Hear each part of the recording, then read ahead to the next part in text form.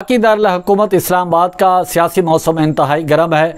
गुज़िश्ता रोज़ मौलाना फजलुर रहमान के secretary general जो है मौलाना अब्दुल गफूर हैदरी, उनके बेटे का वलीमा था, तो वहाँ पर अहम सियासी शख्सियात को मदऊ किया गया वलीमे में, जिसमें चेयरमैन सेनेट सैयद यूसुफ रज़ा गिलानी, स्पीकर कौमी असम्बली सरदार अयाज सादिक, सरदार अख्तर मैंगल, महमूद खान अचकज़ई, वज़ीर आला बलूचिस्तान सरफराज बुगटी, साबिक चेयरमैन सेनेट सादिक संजरानी समेत अहम सियासी रहनुमा वहाँ पर शरीक हुए। मौलाना फजलुर रहमान वहाँ पर मौजूद थे और दीगर अहम सियासी शख्सियात वहाँ पर मौजूद थी और मुल्क की सियासत जो है वहाँ पर खूब सैर हासिल वहाँ पर गुफ्तगू की गई। सरदार अख्तर मैंगल सबसे आखिर में पहुँचे तो सबसे मुसाफा किया।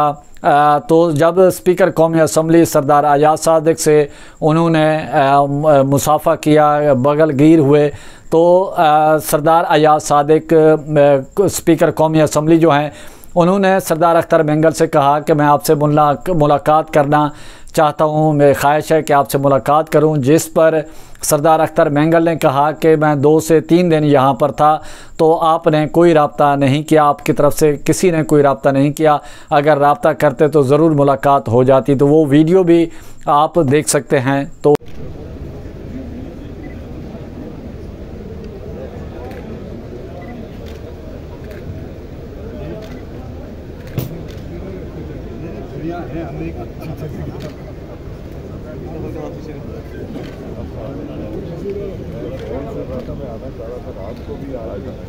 के बाद आपने ये देखा होगा सरफराज बुगटी और मौलाना फजलुर रहमान आपस में सरगोशियाँ भी करते रहे। वो वीडियो भी हम आपकी नज़र करना चाहते हैं। बलूचिस्तान की जो सियासी सूरत हाल है उस पर भी जो सरफराज बुगटी हैं वज़ीर आला बलूचिस्तान, वो मौलाना फजलुर रहमान को बताते रहे और वहाँ पर जो सरगोशियों का जो सिलसिला है मौलाना फजलुर रहमान और सरफराज बुगटी के दरमियान वो जारी रहा। तो ये वीडियो भी आपकी नज़र करते हैं, वो आप देख सकते हैं।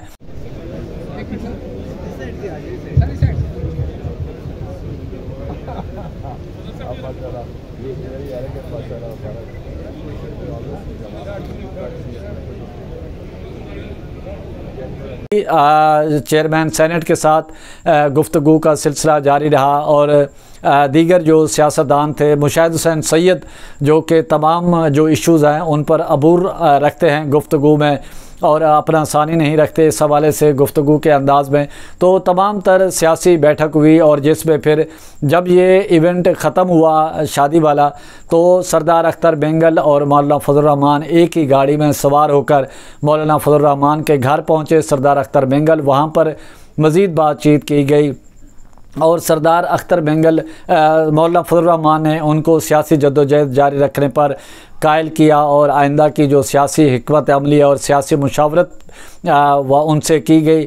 और सरदार अख्तर मैंगल दुबई रवाना हो गए हैं क्योंकि वहाँ पर उनकी मिसेस की तबीयत ख़राब है और वो बेचारी शदीद अलील है और बताया जाता है कि वो दिमाग का कैंसर है उनको, तो इस वजह से वहाँ पर दुबई गए हैं ताकि वो अपनी एहलिया की देखभाल भी कर सके और उसके बाद फिर जब वो ज़रूरत महसूस करेंगे तो फिर वो वापस पाकिस्तान आ जाएंगे और अपनी सियासी जो जद्दोजहद है वो जारी रखेंगे। और उसके साथ उन्होंने जो क़ायम मकाम सदर मुकर्रर किया है साजिद तरीन, उनको मुकर्रर किया है और जो सियासी सूरत है। और सरदार अख्तर मैंगल की पार्टी BNP मैंगल ने यह भी फ़ैसला किया है कि बलूचिस्तान में वो अपोजिशन में बैठेगी और जिस तरह अब भी वो अपोजिशन में है और वहाँ से कोई इस्तीफ़ा नहीं दिया जाएगा बलूचिस्तान असम्बली से, जबकि वफाक में वो अभी अपने इस्तीफ़े पर कायम है। जबकि हुकूमत ने ये भी फ़ैसला किया है कि सरदार अख्तर मैंगल का जो इस्तीफ़ा है उसको अभी किसी सूरत एक्सेप्ट ना किया जाए। तो इस हवाले से क्योंकि स्पीकर कौमी असम्बली का सवाबदीद है, क्योंकि वहाँ पर मौजूद नहीं थे, सरदार अख्तर मैंगल ने अपने इस्तीफ़े का ऐलान जो है वो कौमी असम्बली के तकरीर के दौरान भी नहीं किया या इजलास में नहीं किया, तो वो ये स्पीकर का फ़र्ज़ बनता है कि वो उनको टेलीफ़ोन करके ये पूछे क्या दबाव में दिया है या फिर अपनी मर्ज़ी से दिया है। ये स्पीकर के पास वक्त भी है और उनका सवाबदीद इख्तियार है कि उनका मर्ज़ी है कि वो इस्तीफ़ा एक्सेप्ट करें, उनकी मर्ज़ी है ना करें। आपको याद होगा कि MQM ने एक दफ़ा इस्तीफ़े दिए, पाकिस्तान तहरीक इंसाफ ने इस्तीफ़े दिए थे तो उनके इस्तीफ़े का मामला है जो वो काफ़ी अर्सा लटका रहा, और फिर में स्पीकर राजा परवेज़ अशरफ ने भी फैसला किया। उससे पहले MQM ने भी शायद इस्तीफ़े दिए थे, उनका मामला भी फिर इस्तीफ़े उन्होंने वापस कर दिए थे। तो इसी के साथ प्रचार की टीम को इजाज़त दें। गिरदो नवा का ख़ास ख्याल रखें, लोगों के लिए आसानियाँ पैदा करें।